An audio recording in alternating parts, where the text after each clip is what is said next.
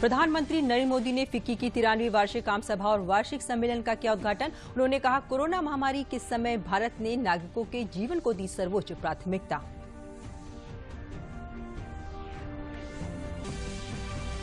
CM Yogi Adityanath ने विभिन्न जनपदों में लगभग 100 करोड़ की 19 परियोजनाओं का किया वर्चुअल उद्घाटन। मुख्यमंत्री बोले, चरणबद्ध तरीके से विभिन्न जनपदों का किया जा रहा है विकास कार्य।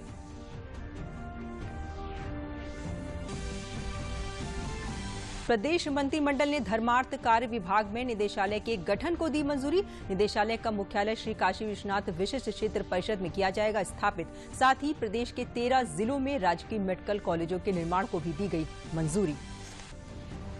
आईटी इलेक्ट्रॉनिक्स के क्षेत्र में मैन्युफैक्चरिंग हब के तौर पर उभर रहा है उत्तर प्रदेश। 3 साल में हासिल किए 20,000 करोड़ रुपए का निवेश, 3 लाख से ज्यादा रोजगार का किया सृजन। Deputy CM doctor Dinesh Sharma ने प्रेस कॉन्फ्रेंस में दी जानकारी। नमस्कार, मैं हूं दीपाली सिंह। आप समाचार विस्तार से। प्रधानमंत्री नरेंद्र मोदी ने वीडियो कॉन्फ्रेंसिंग के माध्यम से फिक्की की 93वीं वार्षिक आम सभा और वार्षिक सम्मेलन का उद्घाटन किया है। प्रधानमंत्री ने प्रतीकात्मक रूप से द्वीप प्रज्वलित कर सम्मेलन की शुरुआत की। इस साल के सम्मेलन का विषय प्रेरित भारत है। इस मौके पर प्रधानमंत्री ने कहा कि कोरोना महामारी के समय भारत ने नागरिकों के जीवन को सर्वोच्च प्राथमिकता दी है। महामारी के समय देश के लोगों के एकजुट प्रयास से स्थिति काफी संभली है।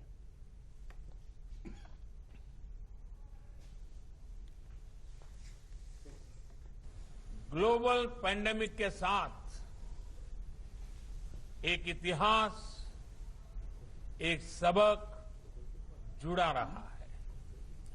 जो देश ऐसी महामारी के समय अपने ज्यादा से ज्यादा नागरिकों को बचा ले जाता है, उस देश की बाकी सारी व्यवस्थाएं उतनी ही तेजी के साथ रिबाउंड करने की ताकत रखती है।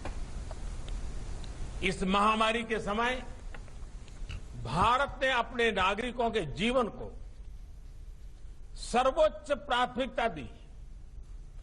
ज्यादा से ज्यादा लोगों का जीवन बचाया और आज इसका नतीजा देश भी देख रहा है, दुनिया भी देख रही है।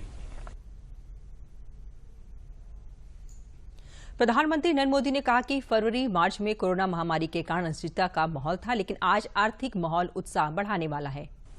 दिसंबर आते आते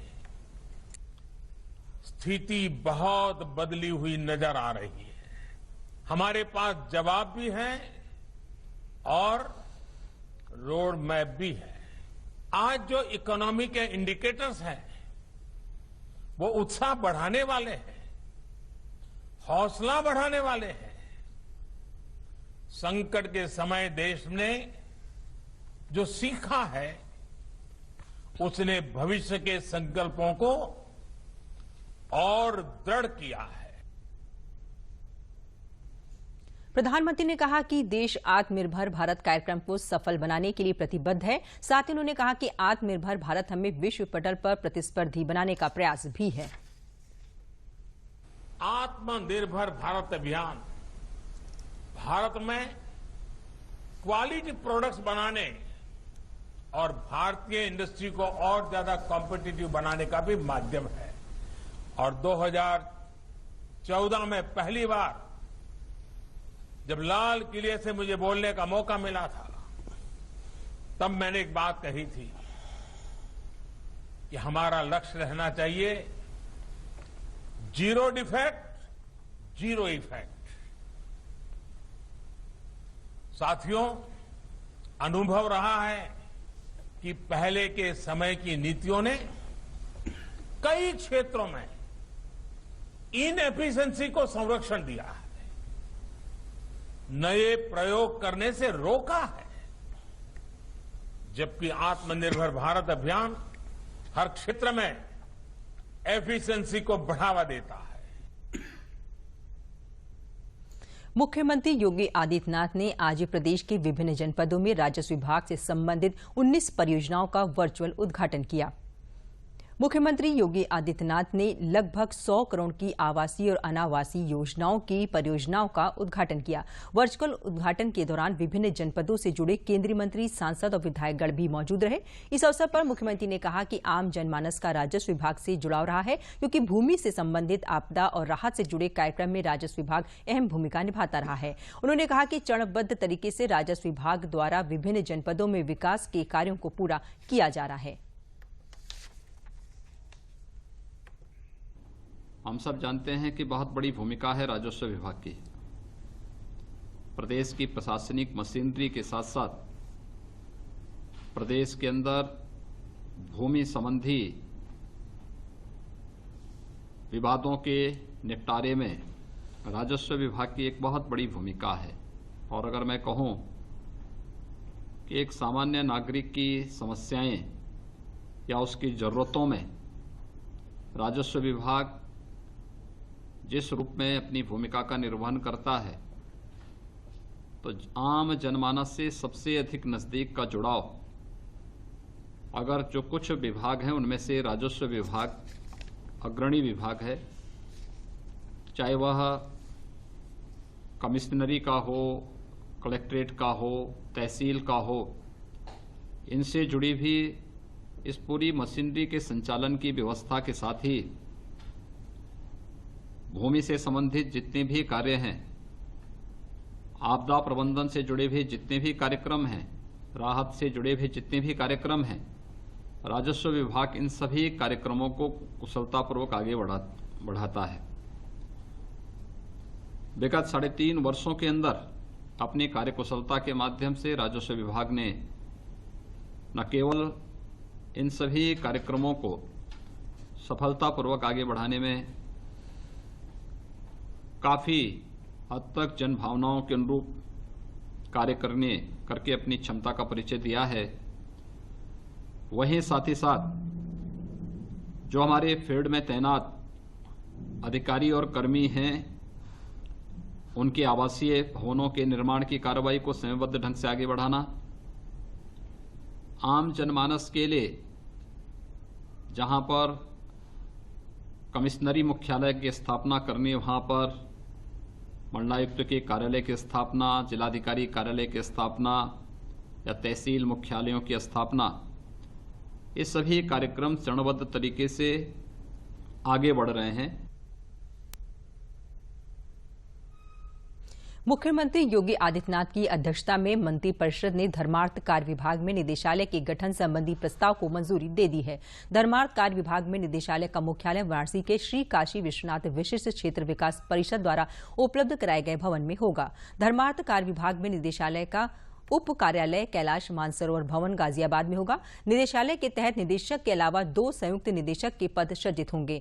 इनके अलावा लेखाधिकारी, कार्यालय अधीक्षक, स्टेनो, आशुलिपिक, स्थापना सहायक, कंप्यूटर सहायक, ड्राइवर, अनुसेवक आदि पदों का सृजन भी किया जाएगा।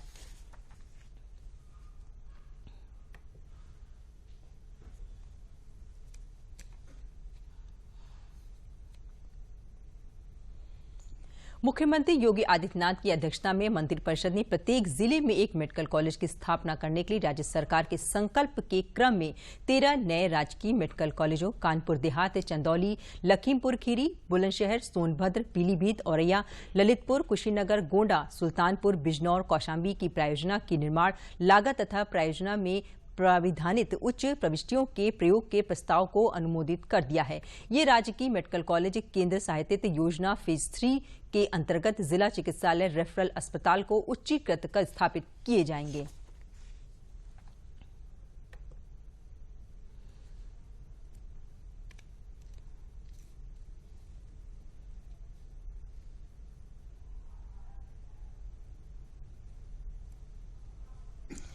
आईटी और इलेक्ट्रॉनिक्स के क्षेत्र में उत्तर प्रदेश मैन्युफैक्चरिंग के रूप में उभर रहा है। इस संबंध में उप मुख्यमंत्री डॉक्टर दिनेश शर्मा ने एक प्रेस कॉन्फ्रेंस में कहा कि 20,000 करोड़ रुपए के निवेश का लक्ष्य 3 वर्ष में ही प्राप्त हो गया है। उन्होंने कहा कि नीति के अधीन लगभग निवेशकों द्वारा प्रदेश में निवेश किया गया है तथा 3 लाख से अधिक रोजगारों का सृजन हुआ है। उत्तर प्रदेश इलेक्ट्रॉनिक्स मैन्युफैक्चरिंग नीति 2020 में अगले 5 वर्षों में 40,000 करोड़ रुपए का निवेश और 4 लाख व्यक्तियों के लिए रोजगार सृजन का लक्ष्य है।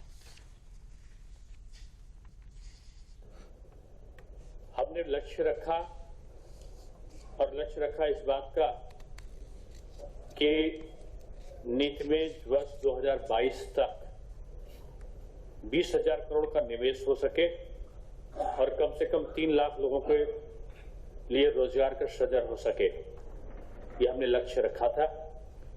मुझे खुशी है इस बात की कि योगी आदित्यनाथ जी के नेतृत्व में हमारी सरकार ने ये लक्ष्य मात्र 3 वर्षों में बजाय 5 वर्षों के 3 वर्षों में ये लक्ष्य प्राप्त कर लिया और 20,000 करोड़ का निवेश और लगभग 3 लाख लोगों को रोजगार देने का जो हमारा एक लक्ष्य था उसको हमने प्राप्त किया।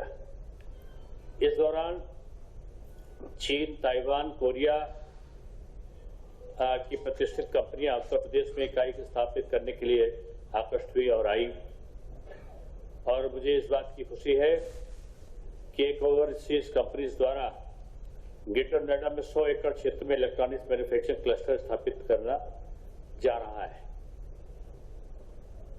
हमने उत्तर प्रदेश इलेक्ट्रॉनिक्स मैन्युफैक्चरिंग नीति 2017 की सफलता के बाद उत्तर प्रदेश इलेक्ट्रॉनिक मैन्युफैक्चरिंग नीति 2020 का निर्माण किया और नई नीति हमने लक्ष्य रखा है कि 5 वर्षों में 40,000 करोड़ का निवेश हो और 4 लाख लोगों को के लिए रोजगार का सृजन हो। हमने इसके लिए यमुना एक्सप्रेस वे में जेवर एयरपोर्ट के करीब एक इलेक्ट्रॉनिक सिटी की स्थापना, बुंदेलखंड में रक्षा इलेक्ट्रॉनिक मैन्युफैक्चरिंग क्लस्टर तथा लखनऊ, उन्नाव, कानपुर जोन में मेडिकल इलेक्ट्रॉनिक मैन्युफैक्चरिंग क्लस्टर की स्थापना का लक्ष्य रखा है। प्रदेश मंत्री परिषद द्वारा messrs Samsung display Noida private limited को नोएडा में मोबाइल और आईटी डिस्प्ले उत्पादों की विनिर्माण इकाई की स्थापना हेतु विशेष प्रोत्साहन दिए जाने के प्रस्ताव को अनुमोदित कर दिया गया है। उल्लेखनीय है कि messrs Samsung display Noida private limited द्वारा फेज 2 नोएडा में 4,825 करोड़ रुपए के निवेश से मोबाइल एवं आईटी डिस्प्ले उत्पादों के विनिर्माण हेतु इकाई की स्थापना की जा रही है। विश्व में टीवी, मोबाइल फोन, टैबलेट, घड़ियों आदि में उपयोग होने वाले कुल डिस्प्ले उत्पाद का 70% से अधिक सैमसंग द्वारा दक्षिण कोरिया, वियतनाम तथा चीन में निर्मित होता है। दक्षिण कोरिया की प्रतिष्ठित बहुराष्ट्रीय कंपनी सैमसंग की परियोजना देश में मोबाइल और आईटी डिस्प्ले उत्पादों के निर्माण हेतु प्रथम इकाई है, जो कि चीन से विस्थापित होकर उत्तर प्रदेश में स्थापित की जा रही है। भारत इसे तकनीकी से निर्मित मोबाइल डिस्प्ले विनिर्माण वाला तीसरा देश बन जाएगा। डिस्प्ले इकाइयों का प्रस्तावित निवेश मूल उत्पाद का एक ज्यादा लागत वाला हाई टेक्नोलॉजी कंपोनेंट है, जो बीच की सप्लाई चेन की कड़ी को पूर्ण करने के लिए तथा भविष्य में प्रदेश में डिस्प्ले से संबंधित फैब इंडिया की स्थापना हेतु ये इकाई एक मील का पत्थर साबित होगी। वित्तीय वर्ष $2.7 बिलियन के निर्यात के द्वारा मेसर सैमसंग उत्तर प्रदेश में सबसे बड़ा निर्यातक है। सैमसंग ग्रुप ने अगले 5 वर्षों में कुल $50 बिलियन का निर्यात लक्ष्य रखा है। प्रदेश सरकार द्वारा किए गए प्रयासों से राष्ट्रीय राजधानी क्षेत्र में एक इकोसिस्टम विकसित हो गया है तथा देश और विदेश में मोबाइल एवं अन्य इलेक्ट्रॉनिक उपकरणों की बढ़ती मांग के दृष्टिगत भारत सरकार भी निर्यात हब बनाने हेतु निरंतर प्रयासरत है।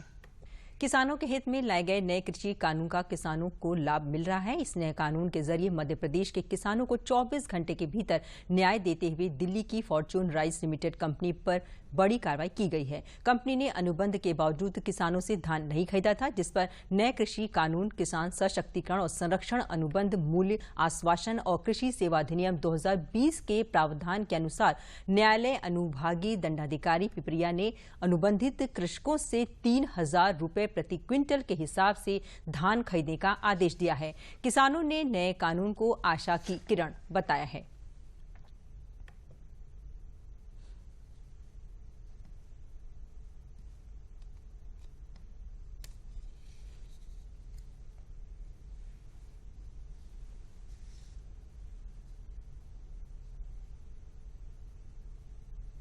केंद्र सरकार ने चालू वित्तीय वर्ष में उत्तर प्रदेश के 44 जिलों के लिए प्रधानमंत्री आवास योजना ग्रामीण के तहत 2 लाख आवास आवंटित किए हैं। इनके निर्माण का काम ग्राम विकास विभाग द्वारा जल्द ही शुरू किया जाएगा। इसके साथ ही प्रधानमंत्री गरीब कल्याण योजना में शामिल राज्य के 31 जिलों के लिए आवंटित लगभग 5.5 लाख से अधिक आवासों का आवंटन पात्र लाभार्थियों को किए जाने की प्रक्रिया शुरू कर दी गई है। राज्य सरकार ने 2022 तक ग्रामीण क्षेत्रों में सबको छत देने का लक्ष्य तय कर रखा है। इस लक्ष्य को पाने के लिए केंद्र सरकार से 15 लाख आवासों की मांग की गई है।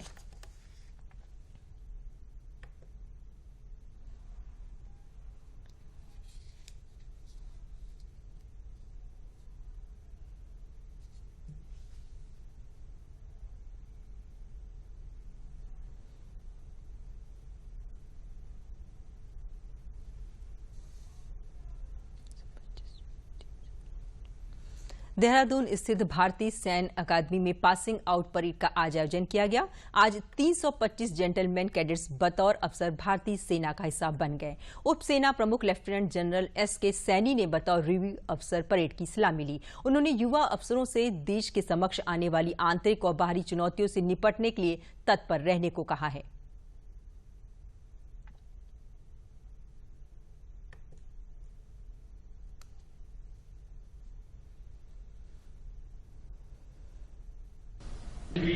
Uncertainty, competition and confrontation on the horizon. You will be repeatedly called upon to safeguard the territorial integrity and sovereignty of the country from both external and internal threats. We see weapons proliferation, non-state actors peddling conflict and expansionist global ideology and asymmetric threats perforating the peaceful fabric of the society. In such a world, we will have to strive hard to keep the peace, uphold the rule of law, and keep faith. I am confident that you will rise to this challenge. Passing out parade से इतर उप सेना प्रमुख lieutenant general SK. Saini ने कहा कि चीन के साथ राजनयिक और सैनिक स्तर पर वार्ता जारी है। साथ ही उन्होंने उम्मीद जताई है कि चीन के साथ वार्ता के जरिए मसले का जल्द समाधान निकाला जाएगा। We are in touch with our Chinese counterparts, both at the diplomatic as well as the military level, and we hope that a solution is found through this dialogue and status quo as of April this year is restored. While we seek a resolution through dialogue, we are also committed to ensure the integrity, territorial integrity and sovereignty of the country, irrespective of the costs involved. Bihar के गया स्थित officers training academy में आज passing out parade का आयोजन किया गया, जिसमें प्रशिक्षण पूरा कर चुके 18वीं बैच के 22 कमीशन अफसर सेना में शामिल हुए हैं।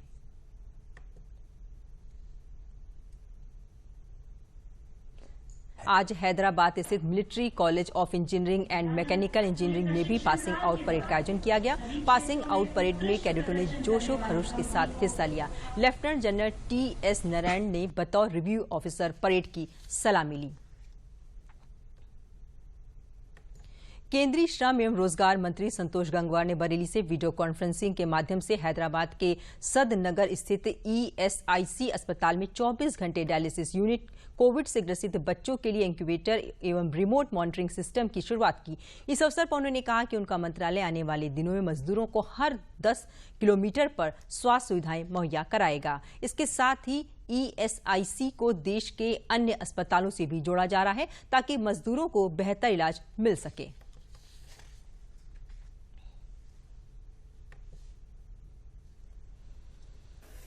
आदरणीय प्रधानमंत्री जी के नेतृत्व में श्रम मंत्रालय जिस प्रकार से काम कर रहा है वो इस दौर में एक उदाहरण है।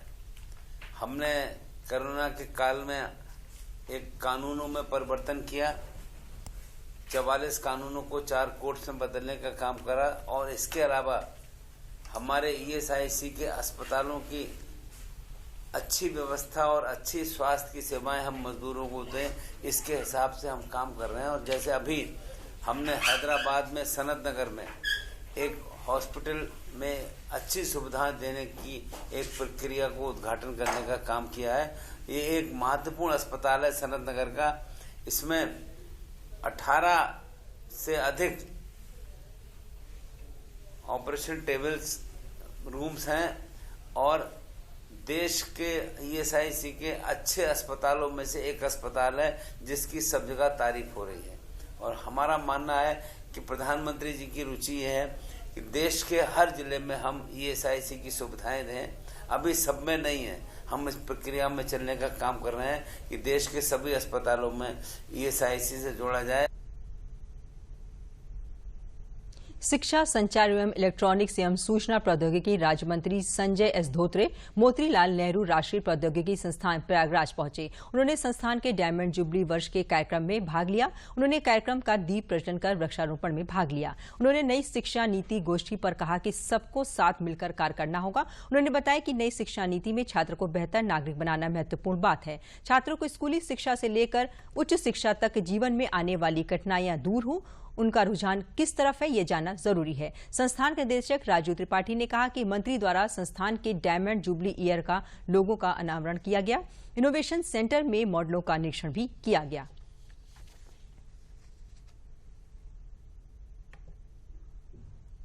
कि जो हमारा मेडिकल साइंस है उसमें डॉक्टर जो है, अभी मेडिकल में इतने इंस्ट्रूमेंट बन रहे हैं तो उसको अगर वो इंजीनियर और डॉक्टर दोनों मिला के करेंगे, जैसा अभी मेडिकल कॉलेज, इंजीनियरिंग कॉलेज, वो अगर एक ही कैंपस में होंगे तो उनका कोऑर्डिनेशन बेहतर रहेगा, क्योंकि एक दूसरे के साथ मिलकर काम किया तो आजकल जितना भी रिसर्च हो रहा है, ये हो रहा, तो इसमें सब लोग जब साथ में मिलकर काम करेंगे, इसलिए कोई एक्सपर्ट जरूर बनेगा लेकिन उसको दूसरे सब्जेक्ट का भी कम से कम बेसिक नॉलेज होना चाहिए। हमारे जो मिनिस्टर ऑफ स्टेट हैं एजुकेशन के श्री संजय धोत्रे जी, वो आज संस्थान परिसर में आए और हमारे यहाँ 2-3 एक्टिविटीज़ में उन्होंने हिस्सा लिया।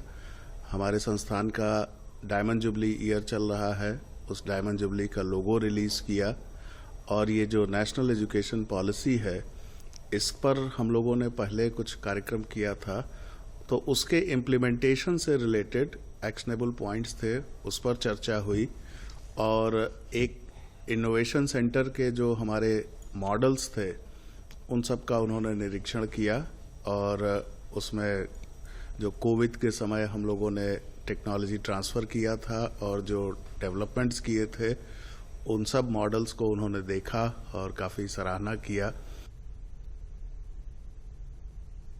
इसी के साथ समाचार समाप्त हुए। नमस्कार।